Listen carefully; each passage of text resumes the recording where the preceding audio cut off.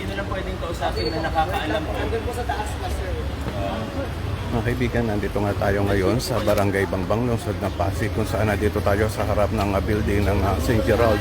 At nandito nga si Mayor Vico Soto at inaalam yung building permit kung meron na building permit itong building na ginagawa dito. Ano pong nangyari dito? Ito po, ano permit na to? Sir, meron na po yun. Sir, gusto ko lang ilinaw ha. Simula ako dito, hindi kayo pinahihirapan ha. Wala kami, may kontrata pa kayo sa city, walang problema. Walang problema. Pag nag-bid kayo sa city, walang problema. Kayo manalo, go, walang problema. Hindi kayo hinaharas, hindi kayo pinahihirapan. Pero, Opo, sir. nagtataka ako sa inyo. Kasi, di ba AAA kayo? Squad A. Quad A, o hindi lang pala AAA, quadruple A pala kayo.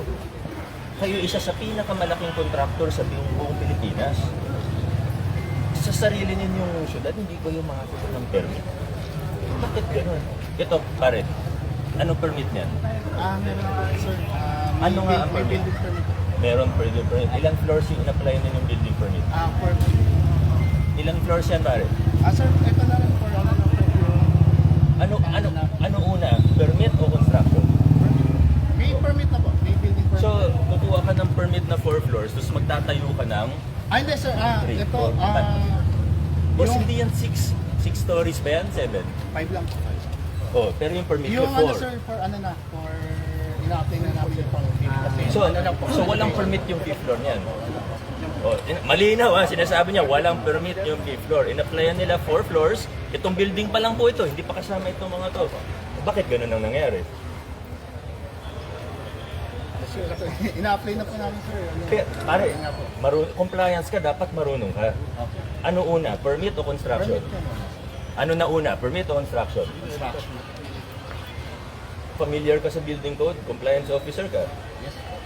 Anong offense po yun? Di ba criminal offense yun? Oh, so, ngayon, kailangan ko kayo kasuhan, kundi hindi ko ginagawa trabaho ko. Ito, may permit na to, wala. Ongoing na po, sir. Ito Ano una dapat, pare? Construction o permit? Permit po. Dito, ano na una? Construction o permit? Construction. Oo, malinaw ha. Wala akong, di natin hinaharas to. Lumalabag kayo sa batas. Sana makarating naman sa mga owner. Sino ba owner nito? Sir, Pacifica Discount. Biskaya. Pakisabi naman. Hindi ko sila kilala ha. Wala akong, hindi ito personal. Pero, nakailang sabi na kami. Nung una naman nagsasabi kami ng maayos. Nagno-notice kami ng maayos. Pinapatawag namin kayo ng maayos. Ba't ayaw nyo tumigil? Kitang-kita lang sa sarili kong mata. Ongoing yung mga construction, pati din sa kabilang lote. Wala kayong mga permit. Bakit? Sir, ito po. Nahihirapan ba kayo sa obo? Kasi kung nahihirapan kayo, may hingi ba sa inyo ng lagay? Wala po. Wala naman. Kung meron, sumbong nyo sa akin, di ba? Kami may kasalanan noon. Sumbong nyo, aaksyonan ko yan. Pero, ito, anong dahilan?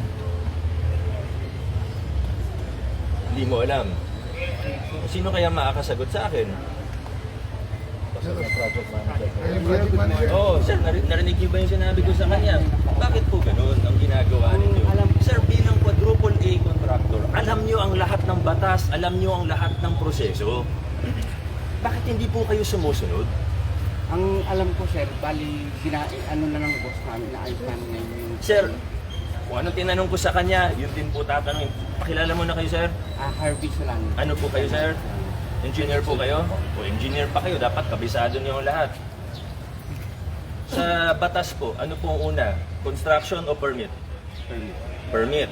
Dito po, 5th floor natin, ano po na una? Construction o permit? Construction ang nauna. Dito po, sir, ano po na una? Construction o permit? Actually, may ongoing, pero ongoing din po yung ano. Nasaan yung permit? Ito po, sir. Hindi apply. Hindi pa rin. Actual permit ang pinag-uusapan natin. Sir, ganito po.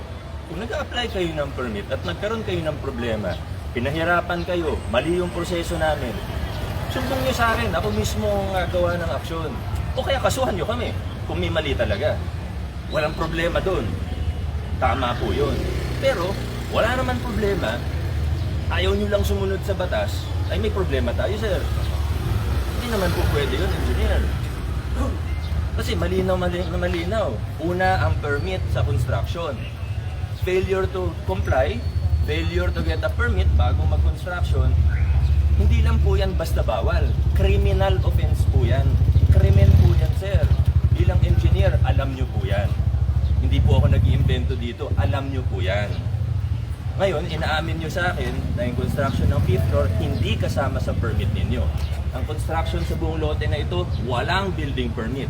Construction dun sa kabilang lote, wala ako nakikita ng building permit. Kasi dapat nakapaskil po yan. At inaamin ninyo na under process pa lang po siya. Dulo, ano pa lang po, demolition permit meron ako. Demolition permit. Pero ito, construction, di naman demolition lang yan. Yung parking. Parking meron na rin. Meron na ba? Yan ang hindi ko maintindihan, engineer. Kasi quadruple A kayo. Hindi naman namin kayo pinahihirapan. In fact, sabi ko nga kanina kay compliance officer, may kontrata pa kaya kayo sa LGU. Tanungin niyo yung mga gumawa sa rainforest, may kontrata kayo. Walang problema. Hindi namin kayo kinakaaway, hindi namin kayo hinaharas. Kahit na yun yung laging sinasabi ng owner ninyo, hindi totoo yun. Ang problema, hindi kayo pati yung mga waiting shed, wala naman permit yun eh. Illegal yung ginagawa ninyo. Kung legal kayo, walang problema. Kaso illegal yung ginagawa ninyo. Criminal offense ang ginagawa ninyo. Kaya may problema tayo. Naintindihan po ninyo, engineer. Makakarating po ba sa owner natin? Oo, wala ang problema eh. Kaso gumagawa kayo ng illegal. At hindi ko talaga maunawaan kasi bilang quadruple A contractor, bakit naman sa madaling i-comply, hindi nyo pa i-comply? Hindi ko maintindihan talaga. Ano kaya ang dahilan? Nasanay lang talaga na gano'n? Hindi naman po. Kasi yung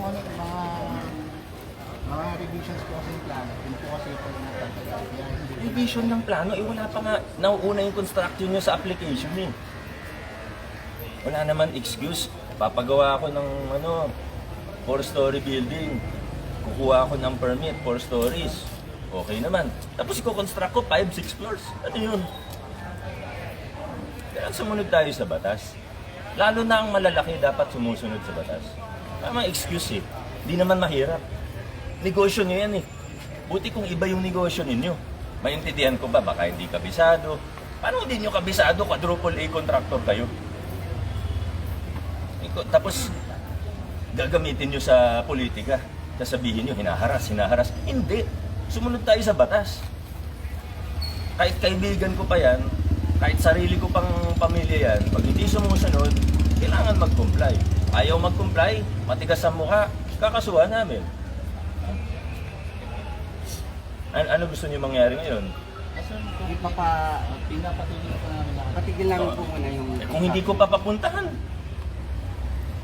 Kung hindi ko papuntahan mismo, hindi pa kayo titigil eh.